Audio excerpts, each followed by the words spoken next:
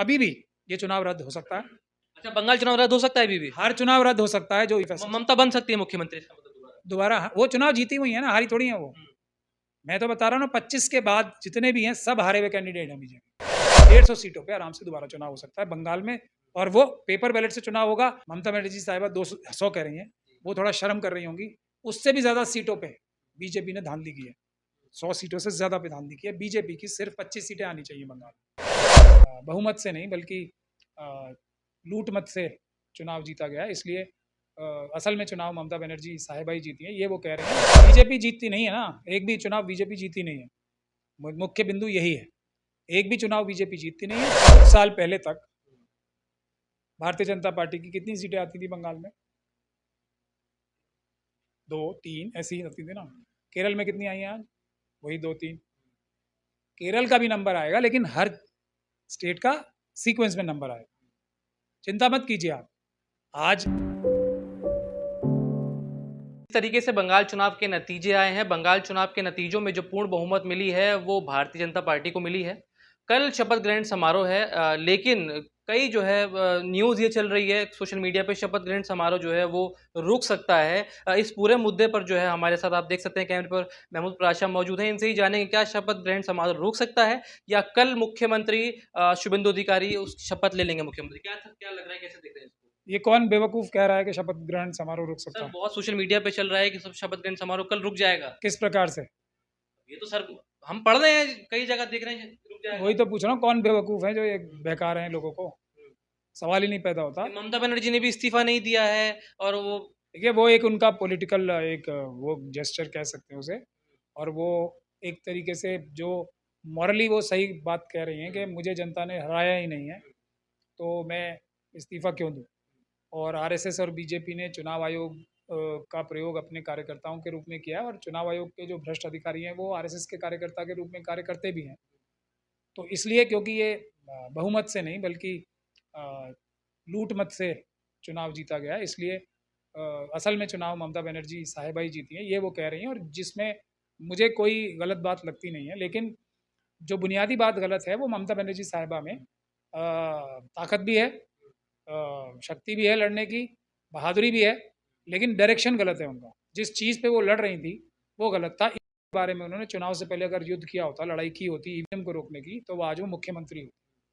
लूट तंत्र कैसे सर? लूट तंत्र समझ में नहीं आता। आप भाई हर चुनाव आता है बीजेपी जीतती है, लूट तंत्र इस बार फिर वही लूट तंत्र। बीजेपी जीतती नहीं है ना, एक भी चुनाव बीजेपी जीती नहीं है। मुख्य बिंदु यही है, एक भी चुनाव बीजेपी जीतती नहीं है। चुनाव ईवीएम के माध्यम से वोटों की गिनती में गड़बड़ की जाती है। ये एक ही बिंदु है जो, जब इस पे सही कार्य होगा तो आरएसएस और बीजेपी की एक तरीके से सुपड़ा साफ हो जाएगा पॉलिटिकल। किसी भी जगह से 10% से ज़्यादा सीटें किसी जगह उनकी आएंगी ही नहीं।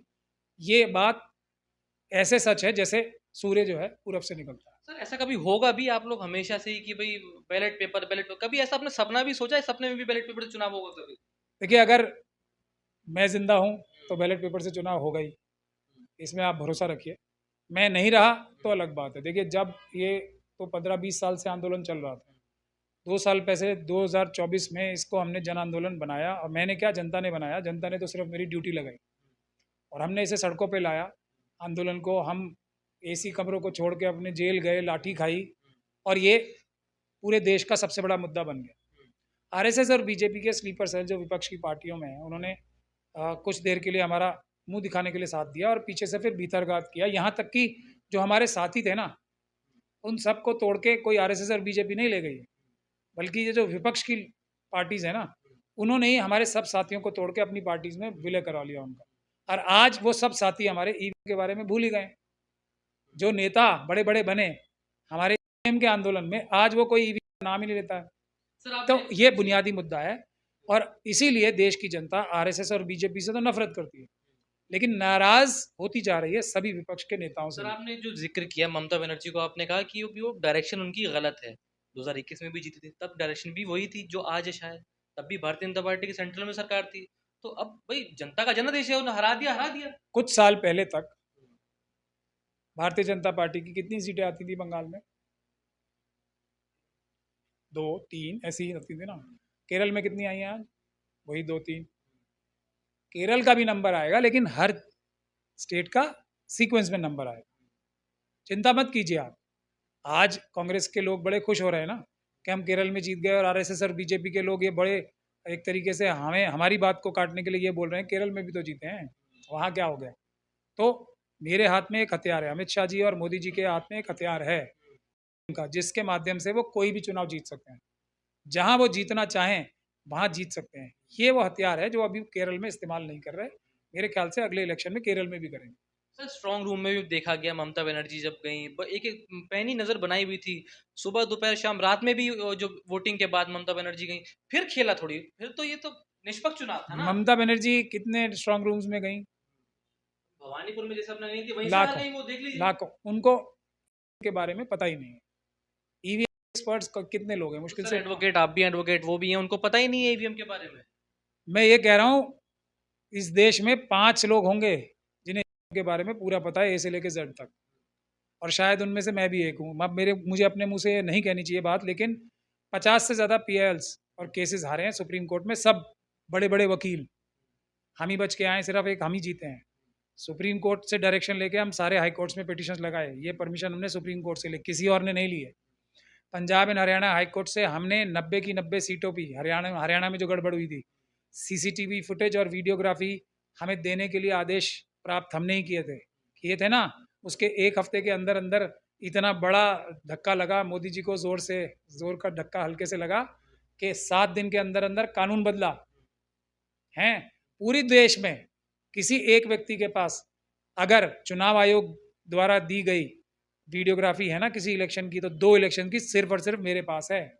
एक रामपुर की, जहां मैंने का सिस्टम समझने के लिए इलेक्शन ही लड़ा था, और एक फतेहपुर सीकरी की। पूरे देश में किसी के पास चुनाव आयोग से मिला हुआ पूरी इलेक्शन का सीसीटीवी फुटेज हो, वीडियोग्राफी हो, तब मैं मान लूंगा कि हाँ मुझे इस बारे में कुछ नहीं आता। ममता बनर्जी साहिबा को बिल्कुल नहीं आता ईवीएम के बारे में, मैं ये सीधे सीधे बोल रहा हूँ। अगर आता होता तो वो इतनी सक्षम है, उनको वो रोक लेती। ईवीएम की मतलब पूरी तरीके से तो नहीं रोक पाती, लेकिन इतना भर जरूर रोक लेती ईवीएम को, क्योंकि वो ताकतवर व्यक्ति हैं, उनके पास बहुत शक्ति है और वो बहादुर भी हैं, लेकिन उन्हें पता ही नहीं। तो क्या करना चाहिए ममता बनर्जी को, ऐसा क्या करें? अब तो चुनाव भी हार गई, करें क्या? ये बात तो यही है। ये बात तो हर चुनाव से पहले मैं भी करता हूँ, और हर चुनाव के बाद सारे के सारे विपक्ष के लोग भी करते हैं। हरियाणा का चुनाव हारे, लोकसभा के चुनाव के बाद, लोकसभा के चुनाव से पहले हमने ईवीएम की बात की, सब हमारे साथ आए। लोकसभा का चुनाव हार गए, हमने बोला पिटिशंस डालो, हम आपको ईवीएम के जो चुनाव आप लोग हारे उसको रद्द करा के करेंगे। किसी ने डाली? नहीं डाली ना। हरियाणा में बोला, हरियाणा में 20 लोगों ने पिटिशन डाली, लेकिन वो हमारे कहने से चल ही नहीं रहे हैं उसमें। हुड्डा जी तो खैर आरएसएस के टच में हैं ही, उसमें बारे में मैं क्या बोलूँगा। उसके बाद शरद पवार जी ने मुझे महाराष्ट्र के इलेक्शन के बाद बुलाया और 100 जगह पिटिशन डाली। उसमें से भी कुछ दिन बाद क्या हुआ वही जाने, बेहतर जाने, आगे आने वाला समय बता देगा। उन्होंने भी हमें वकील हटा के दूसरे लोगों को कर लिया, और उसमें बहुत सारे केस वो हार गए, मुझे हटाते ही हार गए। अब उसके बाद दिल्ली का इलेक्शन हुआ, अरविंद केजरीवाल जी ने मुझे बुलाया।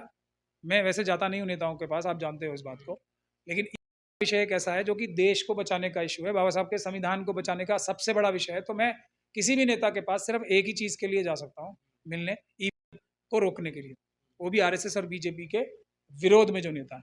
तो मैं केजरीवाल साहब के पास गया, देखो बड़ी इंटरेस्टिंग कहानी है। उनको मैंने सारी बात समझाई, उन्होंने मुझसे 100% एग्री किया कि हाँ इस तरीके से हम उनको रोक सकते हैं, ठीक है। उन्होंने तुरंत राघव चड्ढा जी को बुलाया। राघव चड्ढा जी को बोला कि आप इस चीज़ को प्राचा साहब के साथ मिलके इम्प्लीमेंट करो। राघव चड्ढा जी ने भी जाके मुझसे 5-6 घंटे हमारी बात हुई पंजाब भवन में बैठ के।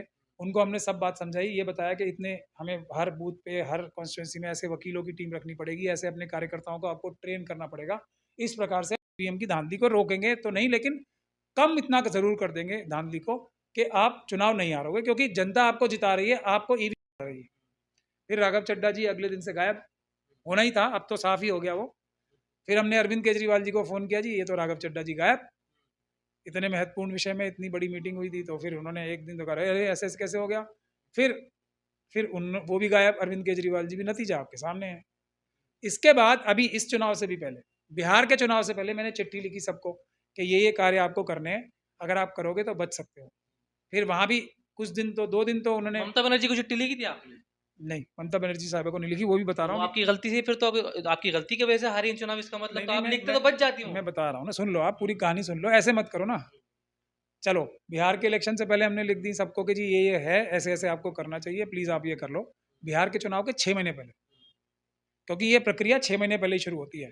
खैर, तो बिहार के एक यात्रा निकाली राहुल जी ने, का निकालना था, निकाली वोट चोरी की। वो जो उन्होंने 1 करोड़ रुपए खर्च करके जो प्रेजेंटेशन दी थी ना साथ, ये चोरियां हो रही हैं, लेकिन ये काफ़ी नहीं है बीजेपी को जिताने के लिए।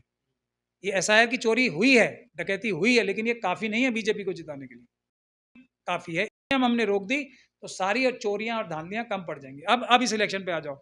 एक हमारे बड़े रिस्पेक्टेड व्यक्ति हैं जो कि देश में सुरक्षित चुनाव कराने के लिए, निष्पक्ष चुनाव कराने के लिए जो एक सिविल सोसाइटी का ग्रुप है ना, उसमें मैं उनकी बहुत इज्जत करता हूँ, उनके पास समझ भी है, वो काफ़ी रिटायर्ड बड़े व्यक्ति हैं। उन्होंने मुझसे कहा कि तुम मुझे इनका रोकने का तरीका बना के दो।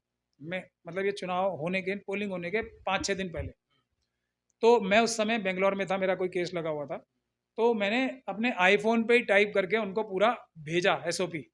अब उस पर इम्प्लीमेंट ही नहीं किया तो मैं क्या, मुझे ऐसा लगता है कि उनसे शायद इन्हीं लोगों ने मांगी होंगी कि हमें को कैसे रोकना है, उसका कोई तरीका बताओ। लेकिन अब मैंने बता दिया, उसको इम्प्लीमेंट ही नहीं किया या उन लोगों को समझ में नहीं आया, मुझसे किसी ने वापस बात नहीं की। तो जब ये जिसके पास दवाई है उसके पास जाना नहीं है इन्हें, क्योंकि इनके स्लीपर सेल्स रोकते हैं, बगैर दवाई के इनकी बीमारी का हल नहीं है कोई। तो यही होगा जो हो रहा है। अभी भी आखिरी बात बता रहा हूँ, अभी भी ये चुनाव रद्द हो सकता है। अच्छा, बंगाल चुनाव रद्द हो सकता है अभी भी? हर चुनाव रद्द हो सकता है जो से हुआ है, लेकिन उसका तरीका बहुत मुश्किल और कठिन रास्ता है, क्योंकि इतनी बड़ी चीज क्या रास्ता है सर, क्या रास्ता है? वो वही रास्ता है। बड़े बड़े वकील जो है ना, बड़े बड़े वकील वो सुप्रीम कोर्ट ले जाएंगे। वो रास्ता ये है कि जिसमें आत्महत्या का जैसे रास्ता, मतलब वो इशू ही मर जाएगा। जो भी व्यक्ति ममता बनर्जी साहिबा को ये बोल रहा है कि सुप्रीम कोर्ट चलो, वो आरएसएस का एजेंट है, या इसका सबसे बड़ा सबूत है, वो आरएसएस का आदमी है, 100% आदमी है RSS, 100% supreme court. Supreme court ना जाए तो फिर कहाँ जाए? सुप्रीम कोर्ट खुद मना करती है, सीधे हमारे पास मत आओ, पहले निचली अदालतों में जाओ, वही कानून का सही तरीका है ना। और बड़े वकीलों को ये बात पता नहीं है, सीधे सुप्रीम कोर्ट जाएंगे, क्योंकि सेटिंग है आरएसएस से, वहां जाके वहीं से हरवा देंगे ताकि नीचे सारा बेड़ा गर्क हो जाए। फिर नीचे वाली अदालतें भी अब कहाँ, जब सुप्रीम कोर्ट नहीं हार गए तो अब यहाँ कैसे, और मुश्किल हो जाता है हमारा काम। तो अब तरीका एक ही है, और वो सबको पता है, ये बड़े वकीलों को भी पता है, लेकिन वो तो मिले वही हैं आरएसएस से। तरीका एक ही है, इलेक्शन पिटीशन डालनी पड़ेगी हर एक कैंडिडेट को। जैसे अगर ममता बनर्जी साहिबा 200 कह रही हैं, वो थोड़ा शर्म कर रही होंगी, उससे भी ज़्यादा सीटों पे बीजेपी ने धांधली की है, 100 सीटों से ज़्यादा पे धांधली की है। बीजेपी की सिर्फ 25 सीटें आनी चाहिए बंगाल, सिर्फ 25, वो भी ज़्यादा से ज़्यादा करके बता रहा हूँ मैं। 26वीं सीट आई मतलब ये है सच्चाई। तो जितने कैंडिडेट ममता बनर्जी साहिबा के हारे हैं, विपक्ष के हारे हैं, उनको सबको अपने आप अच्छे वकीलों को लेके, बड़े नहीं अच्छे, बड़े जितने भी हैं वो सब आरएसएस के पास हैं, किसी भी पार्टी में हो, जो बड़े वकील हैं वो आरएसएस के कंट्रोल में है, ये बात तय है, इसमें कोई भी किसी को शक नहीं करना चाहिए, ये है तय। छोड़ेंगे क्या किसी को? वो जजों को नहीं छोड़ा उन्होंने। ममता बनर्जी जो है चुनाव से पहले भाई जब एसआईआर हुआ था, समाप्त कर लूँ मैं जो मैं बता रहा था आपको, तो हर एक कैंडिडेट को अच्छे वकीलों से, बड़े नहीं, बड़े हैं तो उनको बात भी नहीं करनी, अच्छे वकीलों से केस डलवाना चाहिए, उनको मुख्य मुद्दा रखना चाहिए इनकी धांधली को, वो डाल के फिर हाँ एक बड़ा जन आंदोलन शुरू होना चाहिए। जन आंदोलन किस लिए? एक चीज के लिए सिर्फ, कि ये जो पिटिशंस डली हैं इलेक्शंस की 200 के करीब, उसमें आप 200 या 150 जितनी भी डलेंगी, उसमें 6 महीने के अंदर अंदर आप फैसला दो, ठीक। और वो कानून का प्रावधान है, अदालतों को 6 महीने के अंदर फैसला देने का प्रावधान कानून में, रिप्रेजेंटेशन ऑफ पीपल्स एक्ट में सेक्शन 87 में लिखा ही है। तो ये तो कोई नाजायज या बिना वजह का आंदोलन नहीं हुआ, ये दोनों चीज़ों का कॉम्बिनेशन होगा। तो बहुत ज़्यादा उम्मीद है हमें, और ऑलमोस्ट सर्टन हूँ मैं ये कि 150 सीटों पे आराम से दोबारा चुनाव हो सकता है बंगाल में, और वो पेपर बैलेट से चुनाव होगा या से होगा। और ईवीएम को रोकने के तरीके हमारे पास हैं, मतलब पूरी तरीके से तो नहीं, लेकिन काफ़ी हद तक रोक सकते हैं उसकी बेईमानी को। ये एक ही तरीका है, इसके अलावा कोई तरीका नहीं है। हर स्टेट में ये हारेंगे, यूपी में 100% हारेंगे, उत्तराखंड में 100% हारेंगे, ये गुजरात में 100% हारेंगे, 1% भी चांस जीतने का नहीं है। चाहे मायावती जी हों, ये सुन लें, अखिलेश यादव जी हों, और चाहे यूपी में हो कांग्रेस पार्टी हो, सब भी मिल जाएंगे, सब पार्टियां मिल जाएं, तब भी 100% हारेंगे, मैं आपको बता। सर जैसे मैंने सवाल ये है कि आपने कहा सुप्रीम कोर्ट ना जाए, ममता बनर्जी सुप्रीम कोर्ट आती हैं, एसआईआर जब हुआ था और कई लाख वोट को जो है दोबारा एसआईआर कराते हैं वहां पर, और कई वोटर्स वापस आते हैं। वो तो जीत है उनकी, सुप्रीम कोर्ट आई ममता बनर्जी, जीती तो सही, आप सुप्रीम कोर्ट ही जाने को मना कर रहे हैं। वो नहीं जाती तो कई लाख वोटर तो और कम हो जाते बंगाल से। मुझे वो कोई ऑर्डर दिखा दो जिसकी वजह से सुप्रीम कोर्ट के माध्यम से वो वोटर्स वापस आए हों। कितने लाख वोट नहीं है, वो कहाँ गए, वो कहाँ गए, ये बताओ पहले आप। भाई कुछ कितने कहा, कुछ तो वापस आए ना। आए? टीएमसी ने खुद कहा है कि भाई सुप्रीम कोर्ट का क्या धन्यवाद बोले, किया, क्या बोले और सुप्रीम कोर्ट का धन्यवाद क्या किया। बोले और के के वो खुश है ममता बनर्जी, फिर तो कोई बात ही नहीं, खत्म होगी ना बात। सुप्रीम कोर्ट के आदेश से वो खुश हैं, फिर जाएं सुप्रीम कोर्ट, हार के आ जाएंगे। योगेंद्र यादव जी ने तो बोला था बिहार में हम जीत गए, बोला था कि नहीं बोला था? बिहार में क्या हुआ? ये झूठ बोलने की बात है। कोई भी केस ये जीता ही नहीं है आज तक। ये एक केस नहीं जीता है कोई भी, एक भी, इस तरह के जो ये बड़े बड़े वकील हैं, एक भी केस नहीं जीता। और इसमें भी 90 लाख के आपके वोट काट दिए। जिन अभी वो जो एपेलेट अथॉरिटी है ना, उसके जज साहब ने, जो अध्यक्ष है, उन्होंने इस्तीफा दिया है। क्यों दिया है वो आप जाकर रिसर्च करो। सुप्रीम कोर्ट की ये टिप्पणी सब लोगों ने देखी है ना, इस बार नहीं तो अगली बार दे देंगे वोट। और इस बार का जनादेश मतलब ये जो जो ममता बनर्जी साहिबा बोल रही है ना, ये तो इतने सारी संख्या में अगर लोग वोट ही नहीं दे पाए तो ये जनादेश थोड़ी है, ये तो धोखाधड़ी ही है ना। तो कोई एक केस जीता नहीं है वहां से, सारे केस हारे, ये सब केस हारे। अब मुंह दिखाने के लिए अगर ये बोलना है हम जीत गए, इतने सारे वोट हमें बचा लिए हमने, वो तो सबके सब नागरिक ही थे ना। बताओ आप मुझे, अगर क्या आरएसएस और बीजेपी इतनी बेवकूफ़ है कि जितनी लोगों के लिस्ट में से रखेगी नाम, वो सारे के सारे हटा देगी? इतने बेवकूफ़ समझा है? अगर उन्हें 90 हटाने होते हैं तो वो 150 लोगों के नाम रखते हैं, 60 का ये दिखा के कि हमने ये कर दिया। ये तो असम में किया था। असम में तो हम लोग लग के पूरा कराए थे ना, वहाँ पे तो सारा खेल ही उनका उल्टा हो गया था। अभी जब ये एनआरसी हुई थी, सर एसआईआर पे कभी फर्क पड़ा है क्या बंगाल चुनाव में, ऐसा कुछ आपको लग रहा है? बिल्कुल पड़ा है फ़र्क। लेकिन मैं एक ही बात बार-बार कह रहा हूँ, ये अब योगेंद्र यादव जी मुझसे सीख के यही बात बोल रहे हैं, थोड़ी अपनी तरीके से घुमा के, क्योंकि वो भी तो एक आरएसएस के ही एजेंट है, या एक कार्यकर्ता है, सॉरी नॉट एजेंट, कार्यकर्ता हैं उनके। और अच्छी बात है, सबसे बड़ी ऑर्गेनाइजेशन की संस्था है देश की, तो उसका कार्यकर्ता होना तो बड़े फ़ख्र की बात है उनके लिए। हम लोग क्योंकि अम्बेडकरवादी हैं, बाबा साहब ने हमें मना किया है, आरएसएस से बात भी नहीं करनी है, तो इसलिए हम करते नहीं। तो जो वो भी ये बात कह रहे हैं कि ये धांधली तो होती आ रही है, पहले पन्ना प्रमुख तो दशकों से करते आ रहे हैं ये काम, वोटों में चोरी हेरा फेरी, पर वो छोटे लेवल पे होती थी। अब इंडस्ट्रियल लेवल पे हो रही है, बड़े लेवल पे हो रही है। चुनाव आयोग के भ्रष्ट अधिकारी तब भी उनके लोकल लेवल पे साथ ही होते थे, अब डायरेक्ट ऊपर से हो रहा है, डायरेक्ट ऑफिशियली हो रहा है। इसना थोड़ा बहुत फर्क है, मगर धांधली तो हर बार होती है।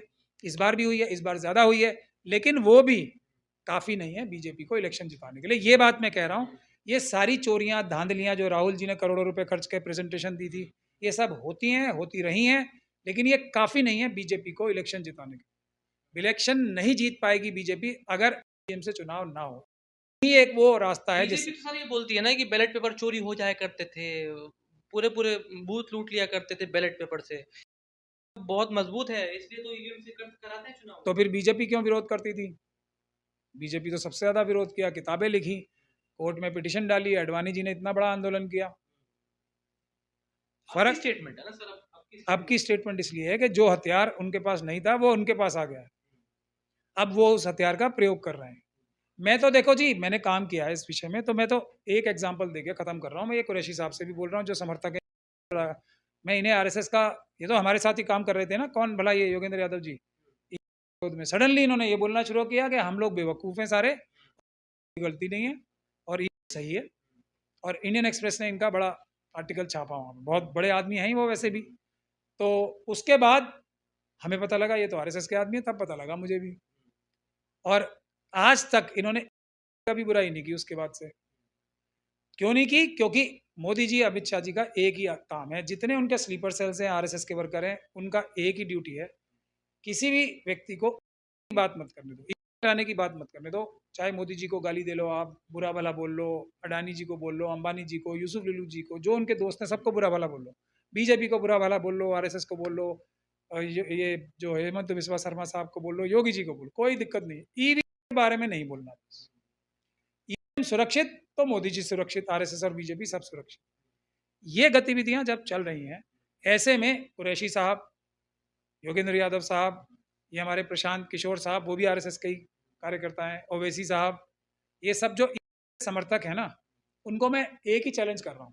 मोदी जी और अमित शाह जी और चुनाव आयोग तो हैं ही वो उसमें शामिल, सब एक ही तो गैंग है ये।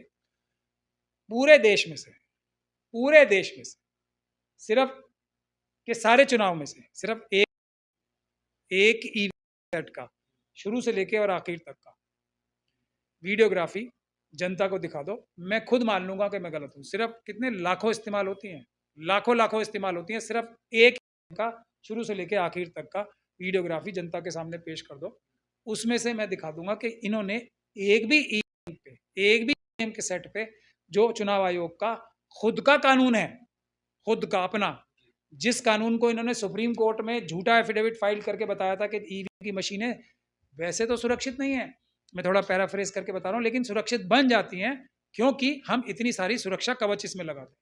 अगर एक भी मशीन में, एक बूथ के एक मशीन में ये पूरी एंड टू एंड दिखा दें तो मैं अपनी गलती मान लूंगा। और अगर ये नहीं दिखा पाते लाखों में से एक पे भी, तो इसका मतलब ये सब लोग गलत बयानी कर रहे हैं और हम 100% सही हैं।